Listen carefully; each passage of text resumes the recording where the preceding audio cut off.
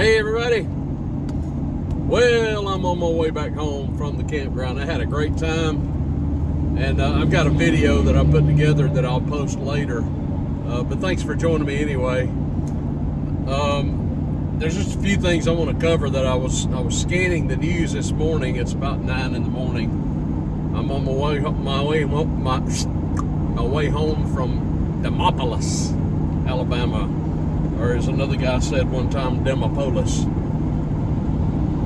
Anyway, what's going on, everybody? Everybody okay? I was looking in the news this morning and I found a few things of interest. One of the things I found was an announcement from Tulsi Gabbard. Now, you know Tulsi Gabbard is the newly confirmed Director of National Intelligence. As I understand it, that means she's over the CIA, all the intelligence agencies. You probably know how I feel about that. But if we got to have them, I'm glad somebody like Tulsi is in charge. I hope that she'll go in there and clean house, and apparently she's off to a pretty good start, as is Kash Patel and his assistant director, Dan Bongino. That was a home run, a double home run if you ask me. But Tulsi Gabbard said this morning, and I quote from her directly: "I have fired all 100 plus NSA, National Security Agency. I have fired 100 plus NSA employees involved in transgender sex chats," unquote. Now, I must confess, I don't know what she's talking about.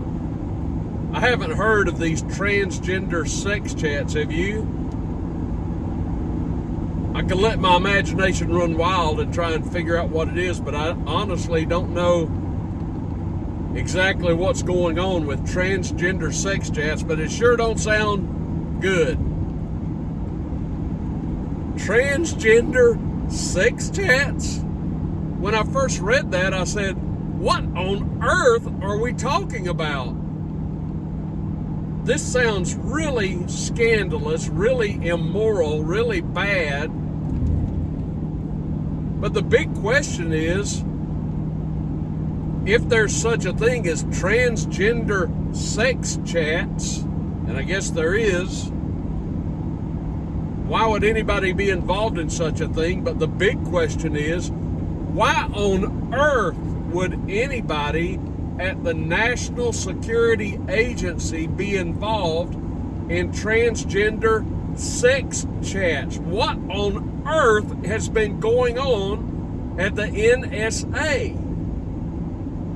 Now, you remember late yesterday I talked about the fact that Elon Musk had delivered a memo to assorted federal employees asking them to email him back with 5 bullet points of what they accomplished this week.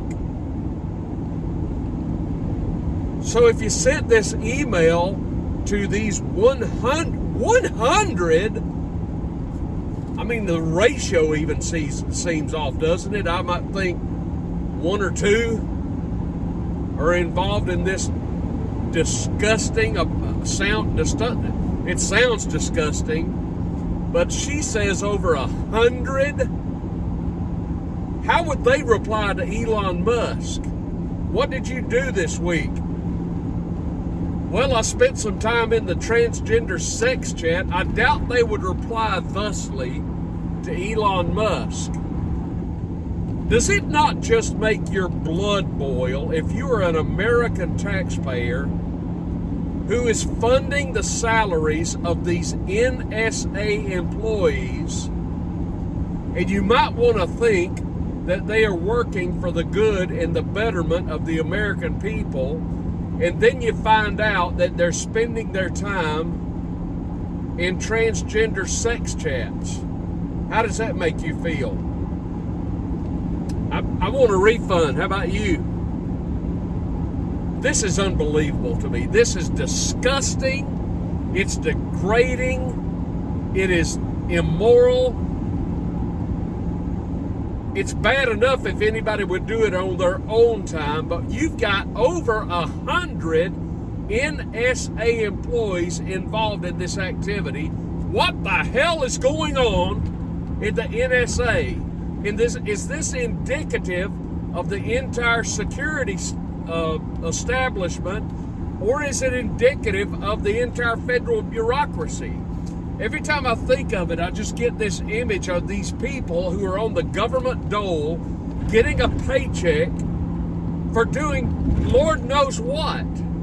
Well, we know what these at least 100 employees of the NSA were doing. They were spending their time, at our expense in transgender sex. I can't even relate to this, folks. I'm sorry. What on earth goes on? I don't even know if I want an answer to my question.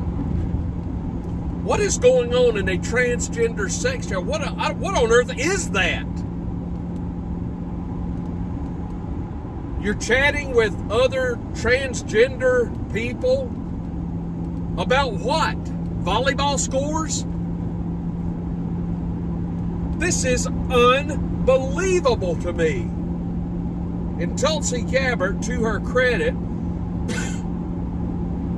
has fired at least 100 of them. Over 100, she says.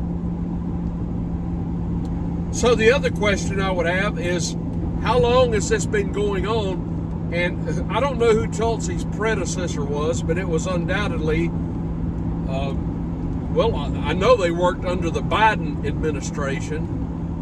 So this has apparently been going on, I would have to assume, for at least 4 years, and probably longer, for all I know. These people just sitting on their laurels in their cubicles or their offices, spending their days online at our expense in a transgender sex chat. I'm speechless. Utterly speechless. Do you think there's room to cut the size and scope of the federal government? Oh, yes.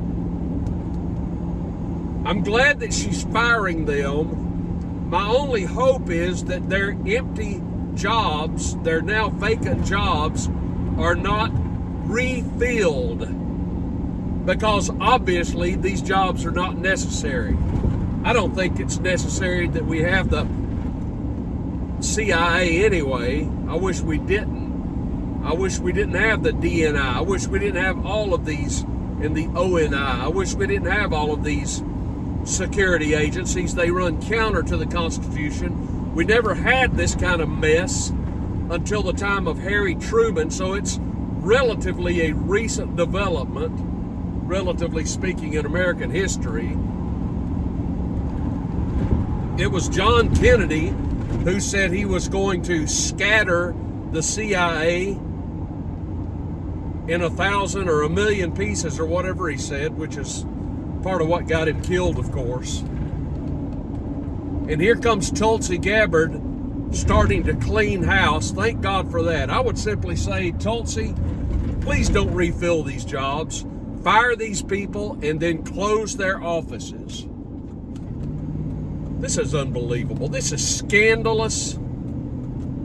Every American taxpayer should be utterly outraged. I'm so glad that the trend is to cut out government waste and fraud and abuse and jobs. These people who work for the federal bureaucracy, these unelected federal bureaucrats, you're stuck with them basically for life. But Tulsi just fired at least 100 of them. Please don't fill their positions, Tulsi. Just eliminate the position. We don't need this any longer, because eventually, I hope it's not the case, but odds are that eventually we're going to have another Democratic president who is just going to grow an already bloated bureaucracy and put these kind of cretins back in office. Well, Tulsi is cleaning house. I just hope it's permanent. It's important that she gets rid of these people. It's probably even more important that she gets rid of these positions, that they not be refilled, because the chances are you're going to wind up with these same type of Neanderthals, these perverts back in office at government expense. It just angers me when you've got a lot of hard-working Americans out here who are actually going out every day at real jobs, doing real things, producing real products and services, making honest money, a great portion of which has to go back to the federal government, which then funds this kind of nonsense. So kudos to you, Tulsi Gabbard, but please eliminate these jobs, please. Please, just eliminate these jobs. I read this morning that the FBI, under the direction of new director Kash Patel, has opened a criminal investigation into former director James Comey. You remember James Comey? James Comey is the director who preceded previous director Christopher Wray, who Trump ostensibly fired. He told him he's not going to be his director, which led to Kash Patel. But Wray's predecessor was James Comey, who was terrible, absolutely terrible. Well, Kash Patel, who has fully clocked in, he's engaged. Kash Patel has opened a criminal investigation into James Comey. What for? Well, apparently, from all that I am reading and hearing, and I've heard this for years, way back as far as 2016, perhaps 2015, after Donald Trump announced his initial run for the presidency, where he would have ultimately face off against Hillary Clinton, allegedly James Comey dispatched at least 2 honeypots to the Trump Tower and the Trump campaign, basically to spy on Donald Trump and to lure him into a trap. Do you know what a honeypot is? A honeypot is a woman who is planted into a campaign so that she can get friendly with the subject, very friendly with the subject, for the purpose of extracting information from the subject. This is not unprecedented. The government has used honeypots before. Governments have used honeypots before to lure their prey into a compromised situation for the purpose of extracting information from them and to potentially blackmail them or extort them. Because once they've gotten extra friendly with the honeypot, there's potential for photos, videos, and then they've got the subject where they want them. So the allegation is that James Comey sent at least 2 honeypots to infiltrate and embed themselves within the Trump campaign in order to compromise Donald Trump. Now, I don't know what happened ultimately, but this is immoral and criminal and unethical behavior allegedly perpetrated on Donald Trump by James Comey, who, as we know, had no love lost for Donald Trump. Now, this is going to get interesting, folks.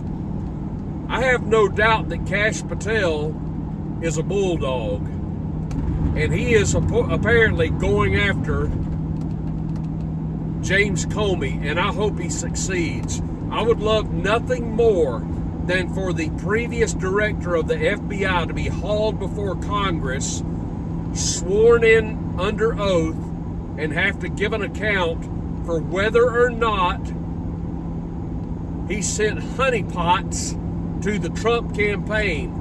I predict he's going to have to answer questions under oath. And the question is basically going to be, did you send honeypots to the Trump campaign, yes or no? And if it denies it, and it can be proven that he did do it, this boy is going to be in a heap load of trouble, as he should be.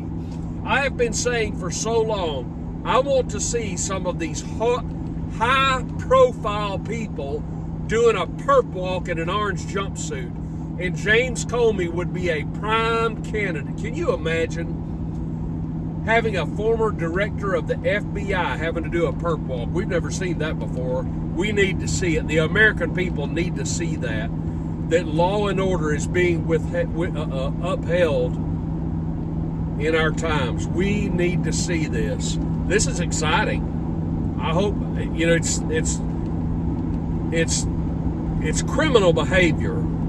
It's outrageous behavior. And if he did it, and I believe he did,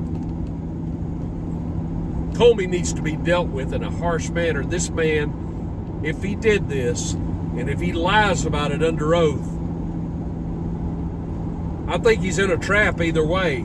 If he lies under oath and it can be proven he did it, he's in trouble. He's going to jail, I predict. Or if he confesses, yeah, I did it, then he's in trouble. I mean, he's in a catch-22 as far as I'm concerned. So it's good to see law and order being upheld. It's good to see that Kash Patel is on the job. Have you heard? Last night, today is Wednesday, last night, Florida Congressman Byron announced he is running for the governorship of Florida. Now, I like Byron. I think he's a pretty good guy. And this has been rumored for a while that he would do this. Current Governor Ron DeSantis is term limited. He can't run again. The next election is in 2026, and DeSantis can't run again. It has been rumored that Casey DeSantis, who is the wife of Ron DeSantis, was going to announce that she is running for the GOP nomination to succeed her husband as Florida governor. Now, Donald Trump has already endorsed Byron Donalds for the governorship of Florida even before Donalds announced. Just a few days ago, Trump took to social media and said he has my full endorsement to run for the governor's seat of Florida. And I would venture to say that makes him the automatic front runner without question. And it probably is going to foil Casey DeSantis' plans to run for the governor of Florida. My prediction is that she doesn't stand a chance against Byron Donalds. And I think it's also safe to say, with the weight that the Trump endorsement brings to the Donalds campaign, I doubt you'll see anybody else announce for governor, at least for the GOP nomination. Florida is a solidly red state. I think that Donalds, barring some scandal occurring, I think he's pretty much got a smooth path to the nomination and the governor's seat in Tallahassee. And I think if Casey DeSantis has any sense, she's not going to announce what she was allegedly going to announce prior to Donald's announcement. So I think you should put your money on the Donalds campaign. I would venture to say that Byron Donalds is going to succeed Ron DeSantis and become the next governor of Florida, which begs the question, what is the political future for Ron DeSantis? I don't know. You know, he ran for president, and that didn't go well for him at all. there's no open Senate race. He just appointed a successor to Marco Rubio, Ashley Moody. Not Tim Scott, Rick Scott is the other senator from Florida. So I think that Ron DeSantis is just going to be without a job, which is fine.